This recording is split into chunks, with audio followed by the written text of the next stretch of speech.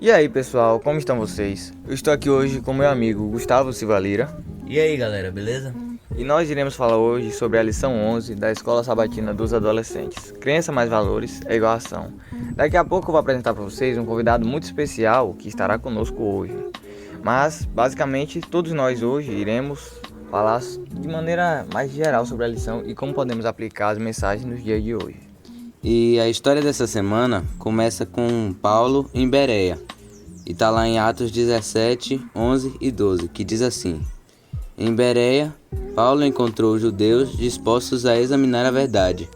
Os bereanos eram mais nobres do que os tessalonicenses, pois receberam a mensagem com grande interesse, examinando todos os dias que as escrituras para ver se era tudo assim mesmo, e creram muitos dentre os judeus, bem como dentre os gregos, um bom número de mulheres de elevada posição e não poucos homens. E vale ressaltar aqui que os bereanos estudavam a Bíblia, não porque eles tinham uma curiosidade, mas para aprender o que estava escrito sobre sobre o Messias prometido. E eles estudavam isso. E quando eles se reuniram, estudavam e começaram a aprender, os tessalonicenses chegaram lá e começaram a bagunçar. Os bereanos, ao verem que Paulo provavelmente seria atacado por essas pessoas de má índole, eles recomendaram que Paulo saísse da cidade e fosse para Atenas. Em Atenas aconteceram vários momentos interessantes e eu convido agora o nosso convidado para fazer uma participação sobre a interpretação dele e sobre essa parte quando eles estavam indo para Atenas. Então agora eu deixo a palavra com o nosso amigo Deco, que é o coordenador de adolescentes das regiões Central e Litorânea da Bahia Sul. Olá pessoal, tudo bom? Que bom poder falar com vocês, né, nessa recapitulação da 11ª lição da Escola Sabatina dos Adolescentes.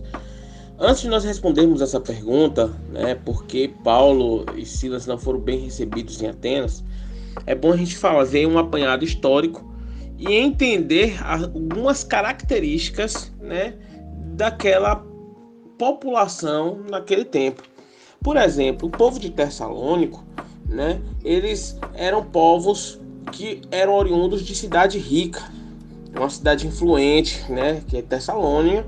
Tessalônica era uma cidade influente na Macedônia, certo? E ali os judeus de imediato demonstravam, né, preconceito com Paulo e suas mensagens.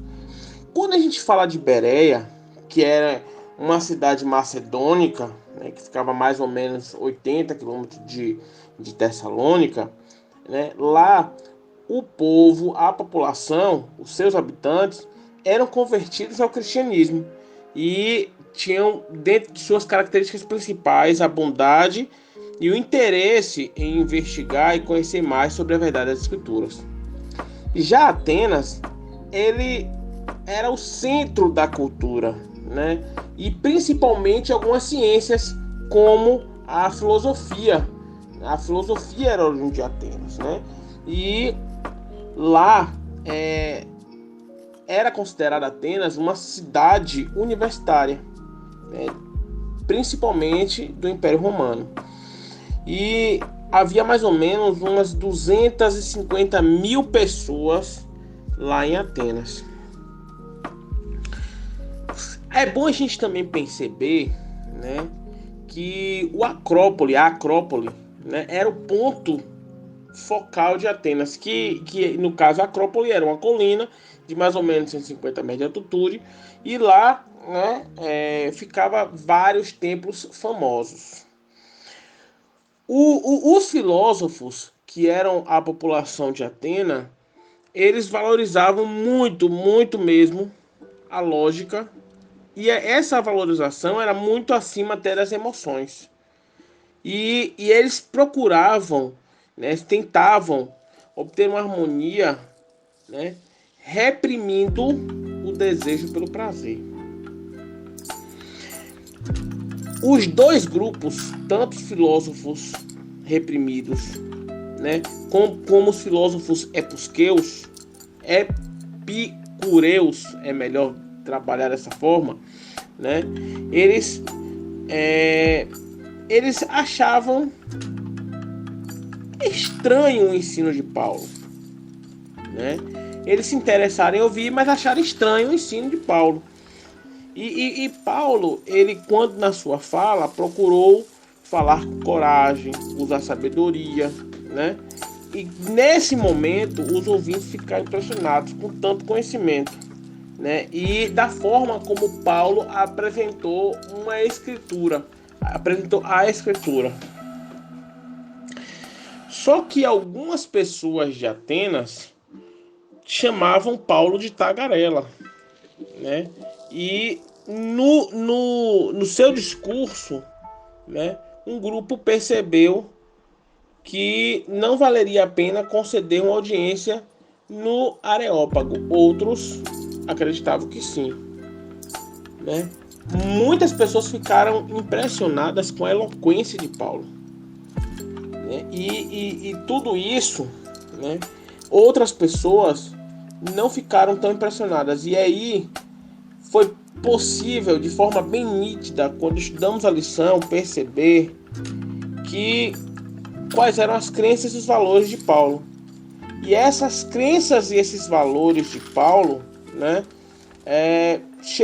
quando ele chegou a Atenas, gerou comentários fantásticos. Inclusive, né, a lição traz que enquanto Paulo contemplava a beleza da cidade, completamente envolvida na idolatria, seu espírito se agitou ao coração e teve pena daquelas pessoas. Ou seja, em resumo, Paulo não foi muito bem recebido, porque Paulo apresentou a Atenas a verdadeira escritura que contradizia exatamente aquilo que eles acreditavam, porque Atenas é uma cidade idólatra.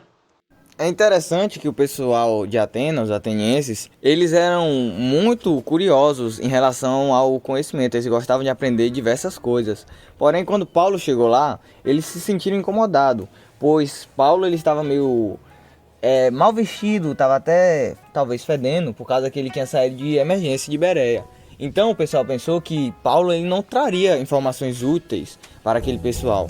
Então, automaticamente, eles já rejeitaram a ideia de Paulo. Antes mesmo dele começar a falar, foi um preconceito por parte dos atenienses. Só que ao começarem a conhecer Paulo, eles viram que ele não era uma pessoa qualquer, e que ele até que sabia do que estava falando, que tinha um domínio grande das palavras. Porém, mesmo assim, devido ao fato de contradizer radicalmente a cultura do pessoal da época, eles rejeitaram o que Paulo dizia. Passado um tempo e o pessoal foi conversando com Paulo e percebendo que o que ele falava tinha certa credibilidade, ele teve a oportunidade de anunciar em público os seus conhecimentos. E ali ele realizou um discurso no qual ele falava da seguinte forma, que ele era novo naquela cidade, mas que ele já conhecia um pouco daquela religião do pessoal, que o pessoal era politeísta e pagão. E o que aconteceu é o seguinte, ele comentou que no começo, quando ele estava vendo as coisas, ele viu uma escultura dizendo assim, ao Deus desconhecido. E ele levou todo o seu discurso em cima dessa palavra, pois a partir dali, ele acreditou fortemente que o pessoal que era de Atenas, eles conheciam sobre esse Deus desconhecido, porém eles não queriam se aprofundar. Então ele levou todo o seu discurso sobre esse Deus desconhecido. E aí, após isso, com a mão estendida em direção ao templo repleto de ídolos, Paulo expôs os erros da religião deles. E aí eles viram que Paulo estava familiarizado também com a arte, literatura e religião deles.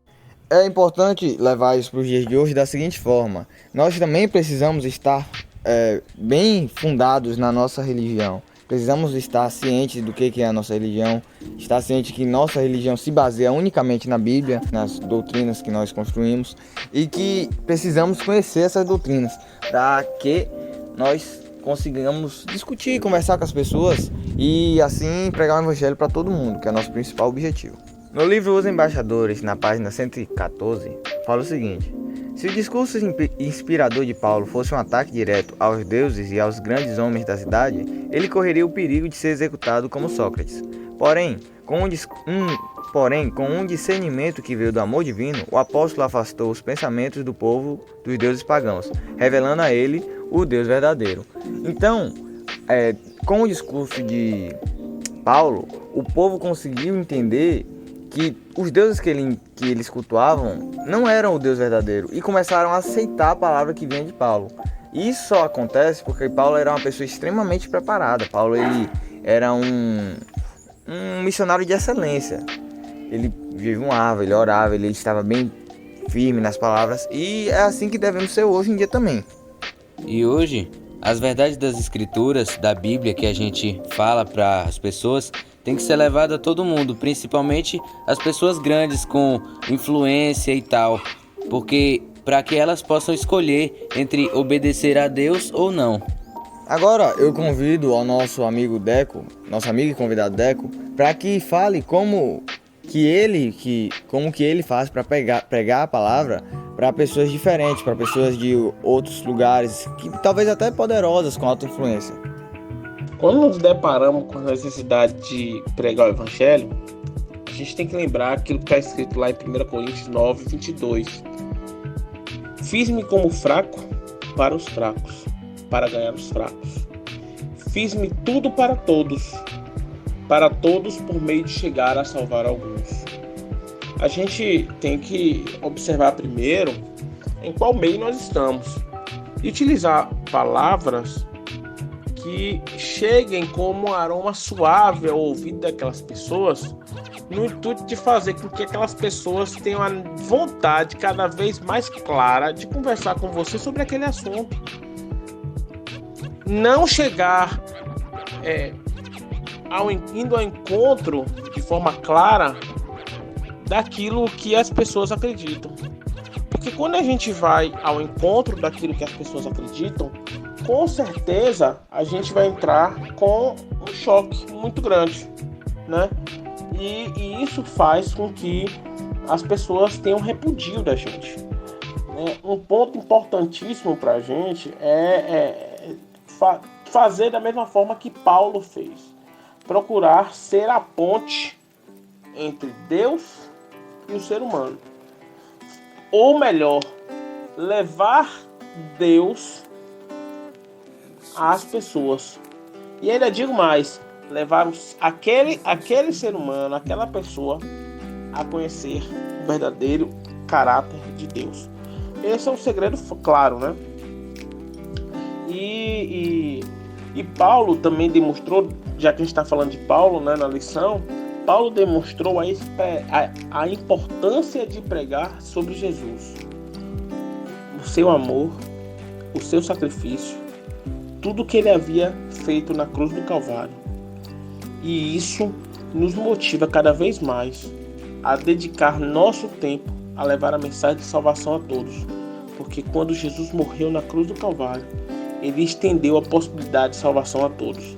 Apenas cabe a mim e a vocês que me ouvem aceitar este sacrifício salvífico e nos entregarmos por completo nas mãos do Papai do Céu. Que Deus abençoe a todos e tamo junto. Muito obrigado, Deco, pelas palavras que você disse. Gostaria de agradecer pela sua participação incrível e que o senhor será sempre bem recebido nesses momentos assim de pregação do Evangelho. Completando a fala, foi exatamente essa atitude que Paulo tomou quando ele foi para Corinto. Ele em Corinto percebeu que as pessoas elas não eram tão cultas quanto o pessoal de Atenas. E ele adotou um método diferente. Ele evitou de falar palavras tão cultas, tão formais, para assim conseguir atingir o povo de maneira mais efetiva. E é assim que devemos fazer hoje, ao invés de chegar falando de maneira direta, talvez até complicada, que o pessoal não entenda, a gente chega conversando, trocando uma ideia, falando com tranquilidade, nos botando no lugar do outro. Isso é o primeiro ponto do Evangelho assim em si. E completando aqui, eu queria contar uma história minha, uma experiência minha, que eu estava na escola, fiz amizade com uma garota que é ateia. Eu não sabia assim de início que ela tinha nenhuma religião, não sabia em nada. Aí eu fiz amizade com ela, aí depois de uma conversa vai, conversa vem, eu descobri que ela não acreditava em Deus, que ela era ateia. Só que mesmo assim, né, eu já tinha bastante intimidade com ela já. Continuei conversando com ela normal, consegui falar de Jesus para ela. E ela tinha algumas dúvidas sobre o porquê de acreditar em Jesus. E falava comigo, continuava falando comigo, insistindo que ele não existia. Isso era engraçado, porque eu ficava falando com ela que ele existia e ela ficava falando comigo que ele não existia. Aí ela mandava alguns argumentos de por que ele não existia e eu ficava falando com ela os argumentos de por que ele existia. E inclusive, numa conversa entre a gente, ela me disse que se Jesus estivesse aqui hoje, pra ela não teria amizade com Jesus, porque pra ela ele parecia alguém muito culto, muito sério, muito formal. E ela disse que não gosta de pessoas assim. Aí eu falando com ela que se Jesus estivesse aqui hoje, ele ia falar com pessoas que a gente normalmente não fala. Ele ia jogar bola entre os amigos, ia curtir algumas músicas que hoje a gente curte. E ela começou a dar risada quando eu falei disso aí, porque ela nunca imaginou, ela me disse que nunca imaginou Jesus daquela forma. E o meu resumo da história dessa semana é que sejamos como Paulo, né? Essa é a minha conclusão, que estejamos preparados para falar para todas as pessoas, que saibamos as culturas delas e que, como diria um general de batalha, para nós sabermos e vencermos uma guerra, nós precisamos conhecer os nossos oponentes. Uma mensagem importante que eu tirei da lição desta semana, que é a importância da oralidade, pois para alcançarmos pessoas distintas, temos que saber falar de maneiras distintas e também saber do que estamos falando. Então, essa é uma importante lição que tiramos dessa semana. Gostaria de agradecer a participação do nosso amigo Gustavo Silva Lira e também do nosso convidado especial, Deco. Que Deus os abençoe e que vocês tenham uma excelente vida e um ministério incrível pela frente. Está encerrando aqui mais um JesusCast. Muito obrigado pela participação. Nos vemos semana que vem. Nos acompanhe nas nossas redes sociais. Fiquem com Deus e muito obrigado.